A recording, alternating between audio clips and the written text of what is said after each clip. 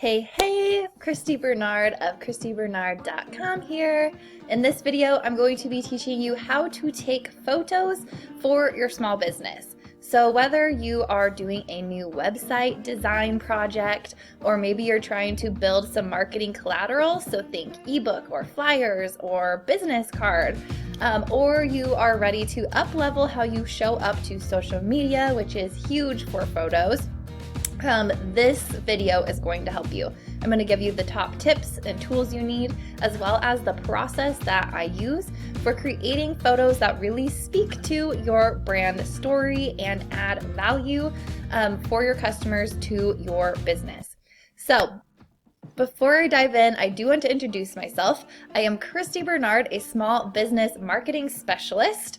I offer support through things like my online course where I teach you how to actually create your own brand, your own marketing materials, and find your voice. And then I also do done-for-you services such as build your brand for you, or build your website or marketing collateral for you. So that's a little about me. And now let's get on to those top tips.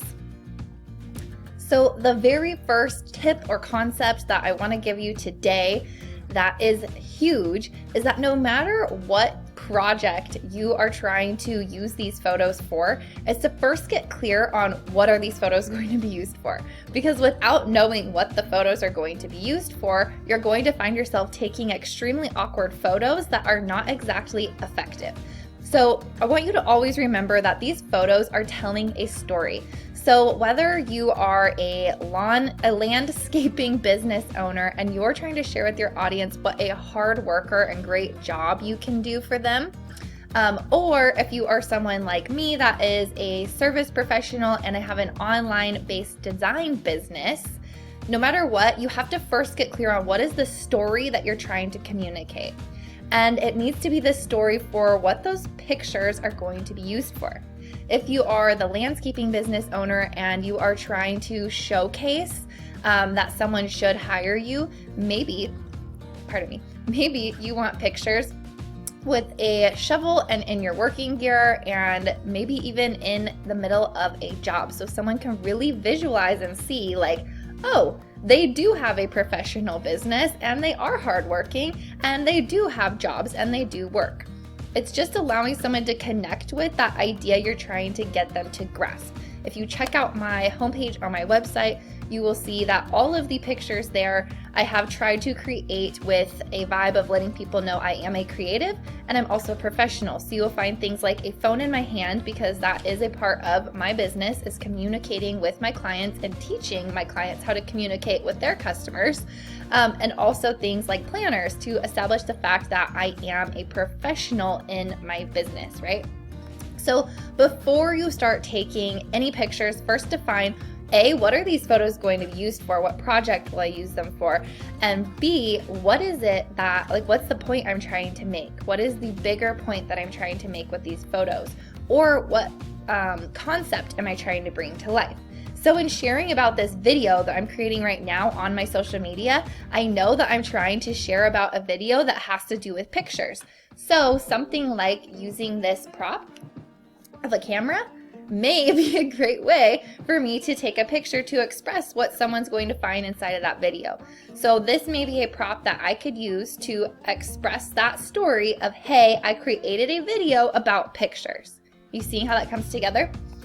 So that's the very first thing that you're always going to do, is be sure to define what it is that these pictures are going to be used for and what is the point you're trying to make, what's the concept you're trying to bring to life.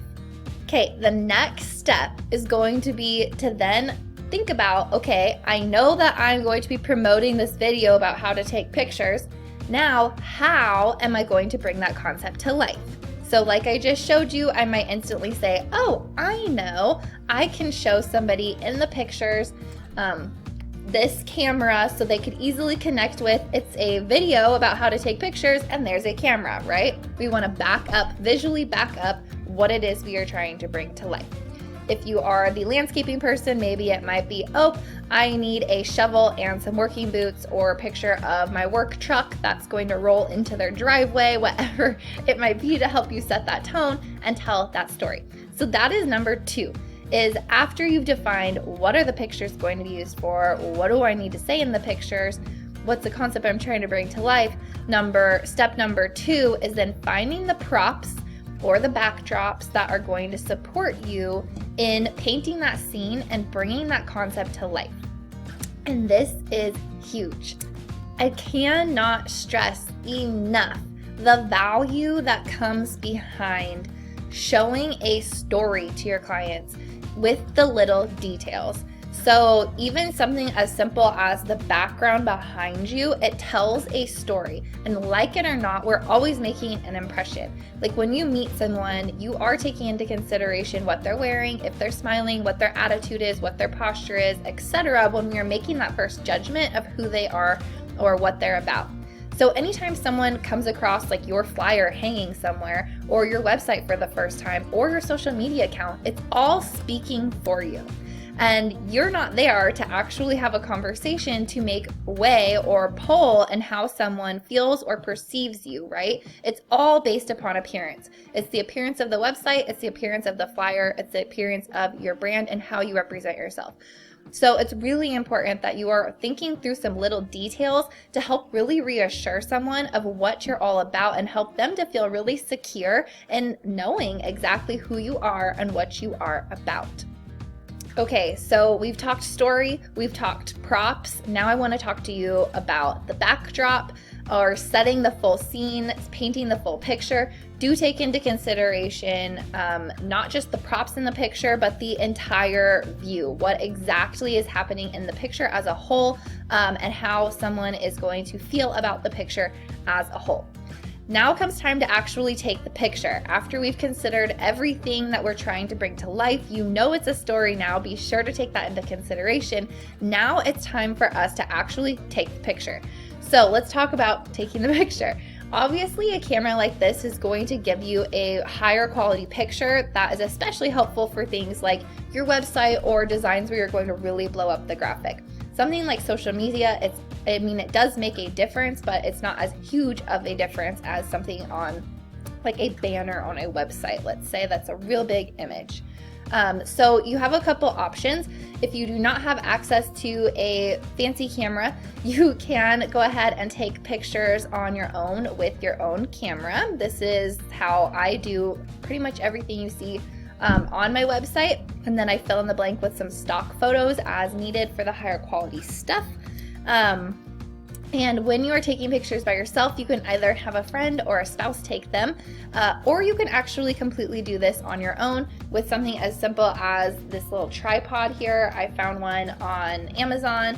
It expands, my phone clips into it, and you can cling it to things. So like the back of a chair, I've done several times, or a tree or something of that sort.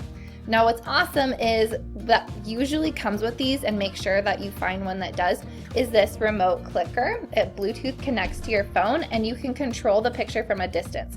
So a lot of the times in my pictures, I'm actually holding this in a place that you can't see it. Like you can hide it, in a pocket or behind your back or under a desk.